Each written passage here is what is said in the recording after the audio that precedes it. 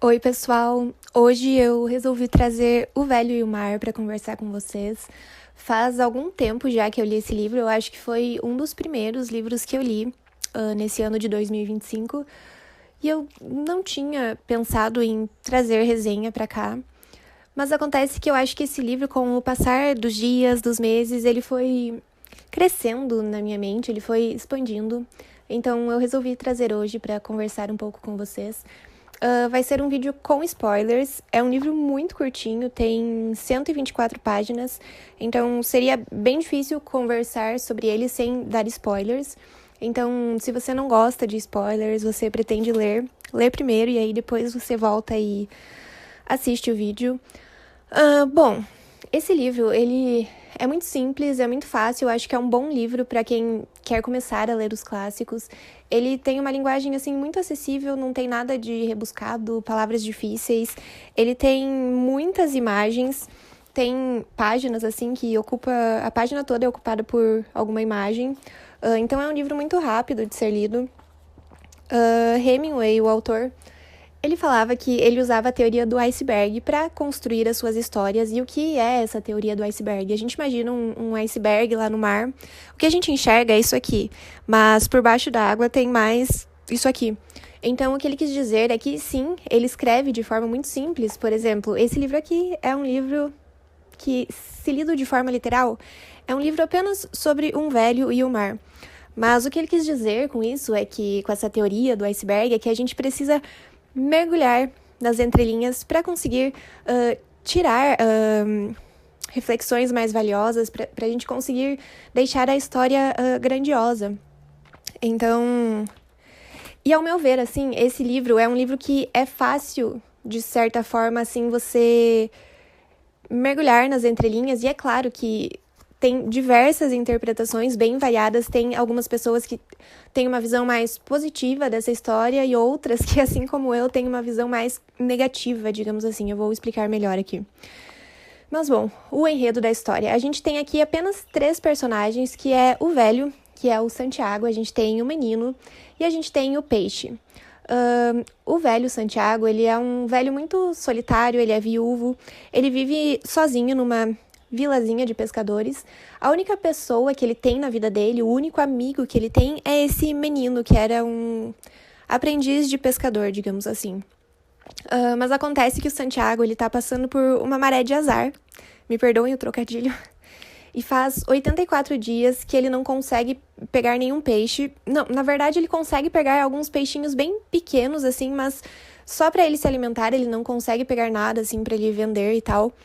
Então, por conta dessa maré de azar, os pais do menino resolvem tirar o menininho do barco do Santiago e colocar ele para pescar com outro cara lá. O Santiago fica muito triste, meio desolado com essa situação, porque ele é muito apegado a esse menino, é o único amigo, a única companhia que ele tem. Então ele decide que ele vai ser resiliente, ele vai sair pescar e ele vai pescar o maior peixe da vida dele. Então ele arruma forças e se lança ao mar em busca desse peixe tão grandioso, tão sonhado. Alguns dias após estar lá em alto mar tentando pegar esse peixe, ele consegue fisgar um peixe muito grandioso, um peixe que, segundo ele, era muito bonito, assim.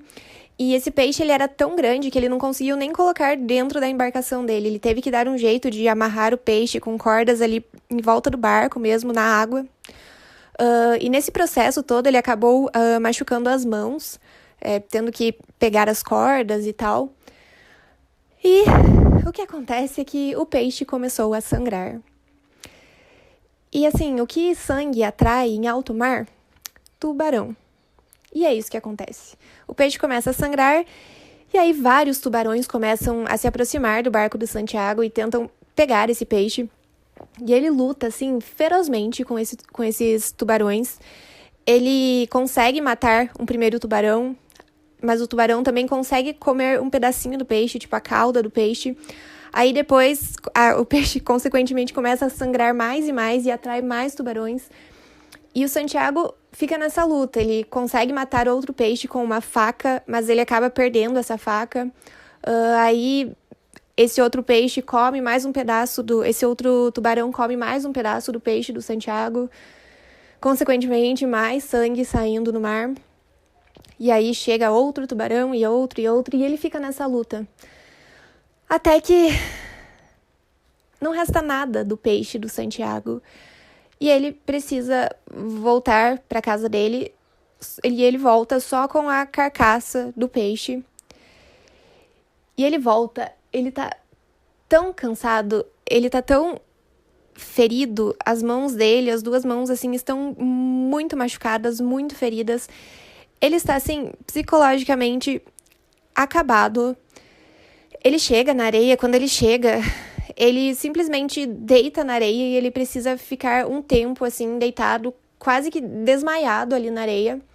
E o menino vê que o Santiago tá naquele estado e vai correndo para ajudar o Santiago, e ele vê a carcaça do peixe ali do lado da embarcação. E ele se compadece muito pelo Santiago e ele chora pelo Santiago e ajuda o Santiago a ir para casa e tal. E esse é o fim da história. Santiago, que tinha um sonho de pegar o maior peixe da vida dele, ele consegue pegar esse peixe, mas no meio do caminho ele perde esse peixe e ele volta sem nada. E assim, muita gente tem uma perspectiva mais, como eu disse, positiva sobre esse livro, sobre resiliência, sobre esperança. Mas eu tive uma visão um pouco diferente. Eu sinto que o que esse livro me trouxe de reflexão é sobre a gente colocar os pés no chão e sonhar sonhos possíveis, sonhos que a gente possa realizá-los. Se a gente começar a sonhar coisas muito absurdas, a chance da gente se frustrar é, assim, é enorme. Tem até um trecho aqui que o próprio Santiago fala isso. Depois que ele pegou o peixe, ele pensa que ele gostaria de ter sal para poder conservar o peixe por mais tempo, porque ele estava bem em alto mar, ou seja, muito longe ali da terra. E ele pensa que ele gostaria de ter sal para conservar o peixe, mas aí ele fala assim, bom, mas não é bom pensar no que não é possível nem razoável. Isso é tão contraditório, porque ele tentar pegar um peixe maior do que o próprio barco não é algo possível e razoável de se pensar. Ele pegar um peixe que está sangrando e ficar meio que se iludindo, achando que em alto mar, num lugar que não cabia o peixe dele, o peixe sangrando, ele conseguiria chegar com esse peixe até a terra. Na verdade, poderia ter acontecido muito pior. Eu acho que o Santiago teve sorte, porque, sei lá, os tubarões, por essa batalha que se trava ali, a gente acompanhando, parece que eram tubarões muito grandes que poderiam ter feito alguma coisa ali com ele. Ele poderia ter morrido até, porque o barquinho dele era um barquinho muito pobre, assim, muito pequeno. Então, no fim, ele teve até sorte de chegar com vida em terra, lá na areia, na Vila dos Pescadores. E muita gente fala que o Santiago, ele é um homem muito humilde, muito simples. E sim, ele é, mas ao mesmo tempo, ele é muito ganancioso e talvez até soberbo em alguns momentos, porque eu não entendo, sabe? Ele estava há 84 dias sem pegar nenhum peixe.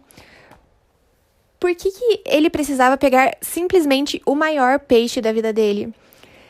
Eu acho que não precisava de toda essa ganância, sabe? Porque no fim ele chegou lá na areia todo machucado, todo acabado, e a luta dele foi meio que em vão, ao meu ver. Foi algo que eu não sei se ele queria estar provando algo para ele mesmo ou para os outros. E isso me levou a pensar que quando a gente sonha essas coisas muito impossíveis, a gente acaba ultrapassando os nossos limites. E muitas vezes isso pode causar alguma sequela, eu diria que na nossa alma. A gente pode ter muitas consequências psicológicas, eu diria, por conta de ultrapassar esses limites, de sonhar sonhos impossíveis, que vão, consequentemente, nos fazer ultrapassar os nossos limites. Então, eu sinto que ele tinha essa dualidade dentro dele. Ele era uma pessoa, sim, muito humilde, mas ao mesmo tempo ele era meio ganancioso, meio orgulhoso. Nesse momento que aconteceu dos tubarões começarem a tentar atacar o peixe dele, eu acho que ele deveria ter deixado esse orgulho de lado e ter desistido. Mas ele ficou travando essa batalha interna na própria cabeça, assim, de que ele não poderia desistir porque ele não seria mais um dia um perdedor. E fica essa sensação, assim, de que se você desiste das coisas, você é fraco, você é um perdedor. E ao meu ver, não. Ao meu ver, há sabedoria na desistência, em algumas desistências. Então, isso me leva muito a pensar, sabe, sobre sonhar sonhos possíveis, sonhar coisas que a gente possa realizar.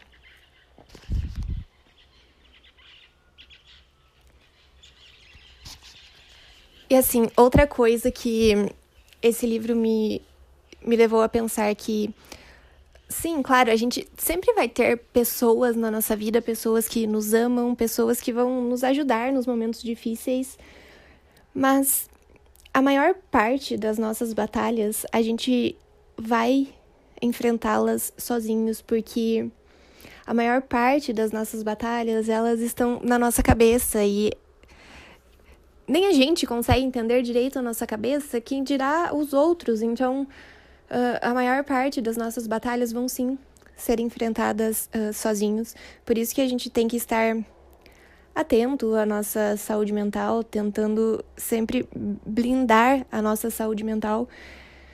Porque é isso, a vida ela é cheia de sofrimentos, tem muitos momentos alegres, momentos de felicidade, mas a vida também é cheia de momentos difíceis, de batalhas, e sempre vai ser assim. A gente vai ter alguns momentos de alegria, outros momentos de agonia, de tristeza, e grande parte deles a gente vai estar sozinho. Esse livro aqui, eu dei 4 estrelas pra ele. Não virou, assim, um favorito, mas é um livro que eu sinto que quando você termina a leitura, você fica meio inquieto, eu diria. E é um livro que, como eu falei, ele é possível ter muitas interpretações diferentes. Tem muita gente que tem visões um pouco mais positivas desse livro aqui. Como eu falei, a minha foi um pouco mais pessimista, talvez.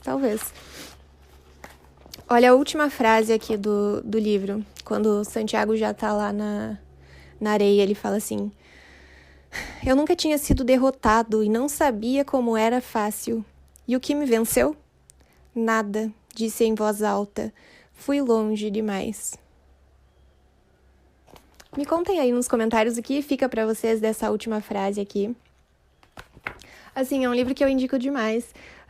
Se você já leu, me conta nos comentários, pelo amor de Deus, quais foram as suas interpretações sobre essa história, se você teve uma visão um pouco mais positiva, ou se você teve essa visão um pouco mais... Não sei, eu acho que eu não diria negativa, pessimista, eu acho que uma visão um pouco mais pé no chão, digamos assim. Quero muito saber sua opinião. Então, obrigada por ter assistido esse vídeo até aqui. E até o próximo vídeo. Um beijo.